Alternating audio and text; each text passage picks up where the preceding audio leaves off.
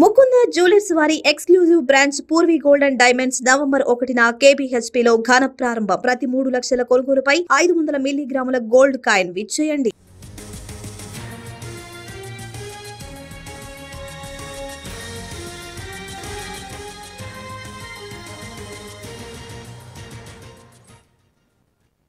మోందా తుఫాను ప్రభావంతో పల్నాడు, గుంటూరు జిల్లాలో భారీ వర్షాలు ముంచెత్తాయి. వాగులు వంకలు పొంగి ప్రవహిస్తుండటంతో ఎక్కడికక్కడ రాకపోకలు నిలిచిపోయాయి. మాచర్ల, గురజాల, వినుకొండ, పెదకూరపాడు నియోజకవర్గాల్లో వాగులు, చెరువులు పొంగి ప్రవహిస్తున్నాయి. చాలా గ్రామాలకు రాకపోకలు బంద్ అయ్యాయి. గుంటూరు జిల్లా పత్తిపాడు నియోజకవర్గంలో నల్లబడ డ్రైన్ నక్కవాగు పొంగి ప్రవహిస్తూ ఉండడంతో గుంటూరు, పర్చూరు మధ్య రాకపోకలు నిలిచిపోయాయి. మరింత సమాచారాన్ని మా ప్రతినిధి రామారావు అందిస్తారు. మోంతా తుఫాను ప్రభావంతో గుంటూరు, పల్నాడు జిల్లాలో భారీ నుంచి అతి భారీ స్థాయి వర్షాలు కురిశాయి. దీంతో చాలా చోట్ల కూడా జనజీవనం స్తంభించిపోయినటువంటి పరిస్థితి ఉంది.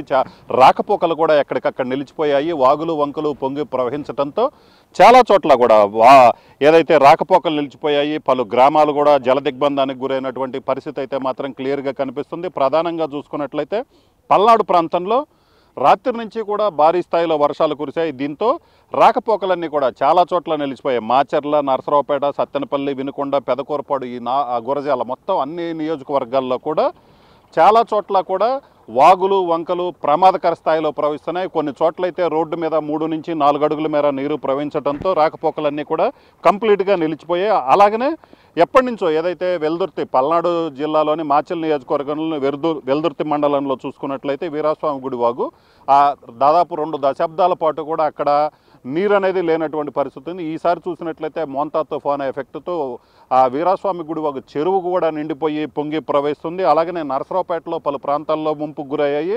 పెదకూరపాడు నియోజకవర్గంలోని అమరావతి వద్ద అయితే మాత్రం ఆ రాకపోకలు కూడా నిలిచిపోయినటువంటి పరిస్థితి ఉంది.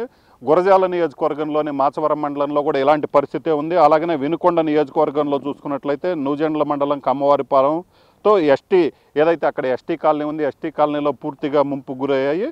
దీంతోపాటు వినుకొండ మండలం మదమంచిపాడు, అందుగల కొత్తపాలెంలో కూడా వాగులు పొంగి ప్రవహిస్తున్నాయి. దీంతో అక్కడ కూడా రాకపోకలు నిలిచిపోయినటువంటి పరిస్థితి ఉంది. ఇక గుంటూరు జిల్లాకు సంబంధించి చూసుకున్నట్లయితే ప్రధానంగా పత్తిపాడు నియోజకవర్గంలో ఆ భారీ స్థాయిలో వర్షాలు కురవడంతో పూర్తిగా రాకపోకలు నిలిచిపోయాయి.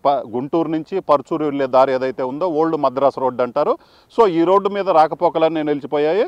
ఇక్కడ చూసుకున్నట్లయితే పెదనందిపాడు మండలం అబ్బినేనిగుంటవారిపాలెం వద్ద నక్కవాగు ఏదైతే భారీ స్థాయిలో పొంగి ప్రవహించడంతో రాకపోకలన్నీ నిలిచిపోయాయి. అలాగనే గొట్టిపాడు వద్ద నక్కవాగు ఉధృతి, అలాగనే అక్కడ నల్లమడవాగు కూడా పొంగి ప్రవహించడంతో పూర్తిగా రాకపోకలు నిలిచిపోయాయి. దీంతోపాటు గొట్టిపాడు సమీపంలో 220 kV లైన్ తెగి తీగలు వాగులో పట్టడంతో అధికారులు కూడా అలర్ట్ అయ్యారు. మరోవైపు కాకుమాన మండలం కొండపాటూరులో కూడా చూసుకున్నట్లయితే ఇక్కడ కూడా భారీ స్థాయిలో వర్షపు నీరు చేరడంతో లోతట్టు ప్రాంతాలన్నీ కూడా పూర్తిగా ముంపు గురైపోయినటువంటి పరిస్థితి అయితే కనిపిస్తుంది.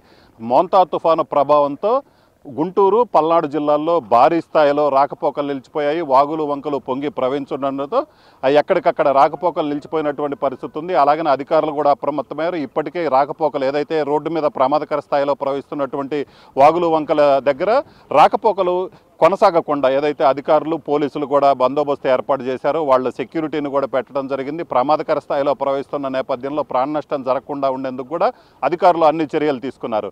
కెమెరామెన్ నాగరాజ్తో రామారావు, ఎన్టీవీ, గుంటూరు జిల్లా.